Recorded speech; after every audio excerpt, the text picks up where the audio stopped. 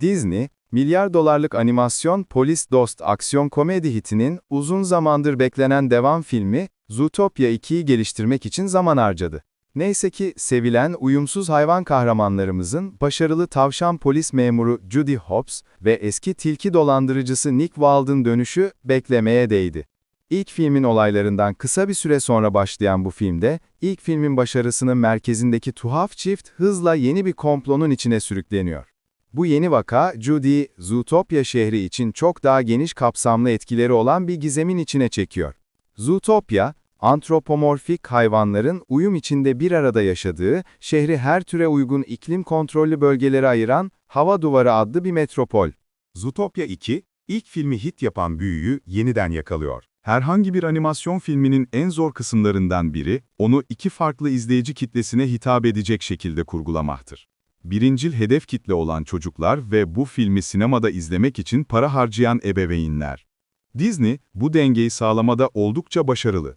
Özellikle Toy Story serisi, çocukların aklından geçen ama yetişkin izleyicileri kahkahaya boğan anlarla dolu.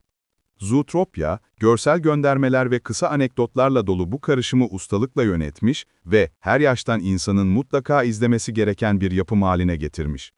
Zootopia 2 ve tüm ritmi tutturmuş. Bu tutarlılığın sağlanmasında geri dönen yaratıcılar da etkili olmuş. Orijinal filmi Phil Johnston'la birlikte yazan Jared Bush, devam filminin senaryosunu yazmak üzere geri dönüyor ve 2016 yapımı filmin yönetmenlerinden Byron Howard'ın yanında yönetmen koltuğuna oturuyor. Bush ve Howard'ın bu dünyaya başlangıcından itibaren dahil olması en güçlü yanıdır. Howard'ın Disney Animation şefi John Lasseter'a sunduğu 6 hikaye fikrinin nihai ürünüdür. Ve Bush, Howard'ın geliştirmesine yardımcı olmak için erken aşamada ekibe dahil edilmiştir. Bu karakterlerin görünüm, ses, his ve tepki verme biçimleri üzerindeki kesin hakimiyetleri, Zootopia dünyasına geri dönüp yeni bir maceraya atılmanızı kolaylaştırır. Diyaloglar esprili, hızlı ve katmanlı. Çocuklar için slapstick, yetişkinler için zekice diyaloglar ve bolca kelime oyunu. Filmin her yerine serpiştirilmiş Disney Paskalya yumurtaları, zorla sokulmuş pazarlama sinerjisi anları gibi değil, gerçekçi ve gerçekten komik. Filmin duygusal özü de aynı şekilde sağlam. Jody ve Nick, gerçekten tanıdığımız, anında tanıyabileceğimiz insanlar gibi hissettiriyor. Hikayeleri zorlamadan ziyade gerçekçi bir şekilde devam ediyor. Jody'nin kendini kanıtlama ve başarma konusundaki sarsılmaz azmi temel özelliği olmaya devam ediyor. Bazen aşırı neşeli, bazen biraz sinir bozucu ama her zaman Jennifer Goodwin'in samimi performansıyla ayakları yere basıyor. Jason Bateman'ın canlandırdığı Nick White, Judy'nin kusursuz bir karşı noktası. Dünyadan bezmiş yalnız kurt tilki tavrı, Judy'nin neşeli ve her zaman yardımsever tavrına hoş bir denge sağlıyor. Devam filminde aralarındaki bağ daha da gelişiyor ve bu beni bir sonraki konuya getiriyor. Animasyonlu tavşan ve tilkiyi neden bu kadar çok sevk ediyorum? Goodwin ve Bateman'ın kimyası ilk filmin can damarıydı ve Zootopia 2 bunu daha da ileri taşıyor. Film, Judy ve Nick'in ortaklığını özenle işliyor ve bunu açıkça romantik bir hale getirmekten çok uzak. Yüzeysel gizemin altında, gerçek hikaye temelde farklı iki hayvanın gerçekten ortak olup olamayacağını inceliyor. Elbette polisi anlamda ama belki de daha fazlası da. Hatta ilk filmde şehri kötü niyetli belediye başkan yardımcısı Belvedere'dan kurtarmanın ardından, Nick ve Judy'nin partner terapisine zorlanmalarını konu alan bir alt konu bile var.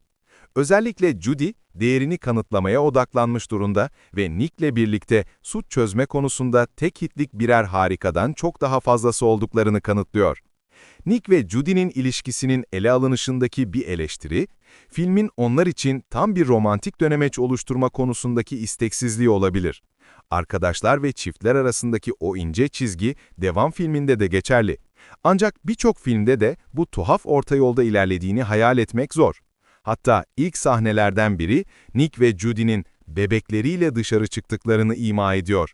Aslında filmin asıl gizemini başlatan olayda, olası bir kaçakçılık operasyonunun soruşturmak için emirlere karşı geldiklerinde, bebekken yanlarında gizli görev yapan başka bir polis memuru. Zootopia 2'nin gizemi biraz karmaşık ve olayların dönüşü daha açık. Zootopia'da inişli çıkışlı bir komplonun etrafında dönse de, Zootopia 2'deki gizem biraz daha karmaşık ve daha geniş kapsamlı.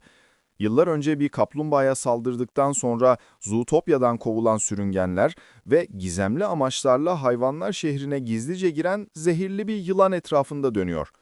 İlk film gibi Zootopya 2'de açıkça bir ırk alegorisi ve farklılığa dayalı ayrımcılığın tehlikelerini anlatan bir hikaye. Bazı anlarda biraz sert mi? Evet, kesinlikle. Ama aynı zamanda çoğunlukla işe yarıyor ve çoğunlukla duygusal olarak yankı uyandırıp iç ısıtıcı olmayı başarıyor. Bu yankının büyük bir kısmı Ke Huy Quan'dan geliyor. Oscar ödüllü oyuncu, filmin gizeminin merkezindeki sürüngen yeni karakter Gary Disney'i seslendiriyor. Zootopya 2'nin yeni ve geri dönen karakterleri kusursuz bir şekilde birleşiyor. Gary ekranda göründüğü andan itibaren tatlı ve uyuşuk küçük yüzü duygusal bir bağ kuruyor. Kuan'ın mükemmel vokal performansı bunu pekiştiriyor ve Gary'nin tanıtımı ve gelişimi muhtemelen yeni filmin en iyi kısımları. Kendine özgü bir karakter olarak öne çıkıyor ve Judy ile olan bağı hikayenin öne çıkan noktalarından biri. İkiliden üçlüye dönüşen bu ikilinin üçüncü üyesi olarak mükemmel bir uyum sağlıyor. Benzer şekilde Fortune Feimster'ın muhteşem ismi Nibbles Maplestick, podcast'te olan bir komplo teorisyeni, ekibe mükemmel bir katkı. Nibbles, özellikle gizemi çözmeye yardımcı olmak için katılıp, Nick ve Judy'yi Marsh Market'teki irtibatına getirdiği sahnelerde, filmin en komik anlarından bazılarının kaynağı. Feimster'ın neşeli ve biraz da dalgın tavrı, karakterin çılgın ve esprili enerjisiyle mükemmel bir uyum içinde. Zengin ve kötü kalpli Linksley ailesi, başlarında çocukları Catrick, Kitty ve tuhaf kedi Paubert'ı yöneten Milton Linksley var, yeni karakterlerin en zayıfı. Bunun büyük bir nedeni, karakterlerin yeterince çizilmemiş ve tek düze olmaları. Muhtemelen anlatının gereğinden fazla doldurulmuş olmasının bir yan etkisi.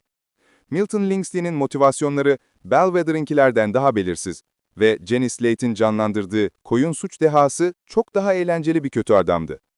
Geri dönenlerden bahsetmişken, Bellwether, devam filminde konuk oyuncu olarak görünen tek orijinal karakter değil. The Godfather'dan fırlamış gibi görünen suç patronu Arctic cadaloz Mr. Big, beceriksiz, donat seven Zootopya polis memuru Benjamin Clawhauser ve en önemlisi, önemli bir doruk noktasında devreye giren, yavaş hareket eden ama hızlı üç parmaklı tembel ayavat Flash Slothmore gibi öne çıkan karakterler, ana hikayeyi zenginleştiren ama ondan uzaklaşmayan bir şekilde karşımıza çıkıyor.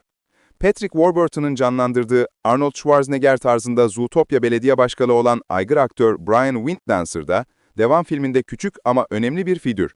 Film ona beklenmedik ama tatmin edici bir kahramanlık anı yaşatmasına bile olanak tanıyor. Zootopya evreni genişlemeye hazır. 2016 yapımı filmi bu kadar dikkat çekici kılan şeylerden biri de, yaratıcılarının Zootopya dünyasını titizlikle, eksiksiz ve görsel olarak etkileyici ayrıntılarla oluşturmaları ve karakterlerin gerçekten canlı görünmesini sağlamak için son teknoloji kürk animasyon teknolojisini kullanmalarıydı. Zootopya 2'de yeni bölgelerin eklenmesiyle evren, kusursuz bir şekilde genişliyor. Ayrıca, jeneriği baştan sona izlediğinizden emin olun. Serinin bundan sonra nereye gideceğine dair ipuçları veren kısa bir jenerik sonrası sahne var. Zootopya 2, 26 Kasım'da sinemalarda.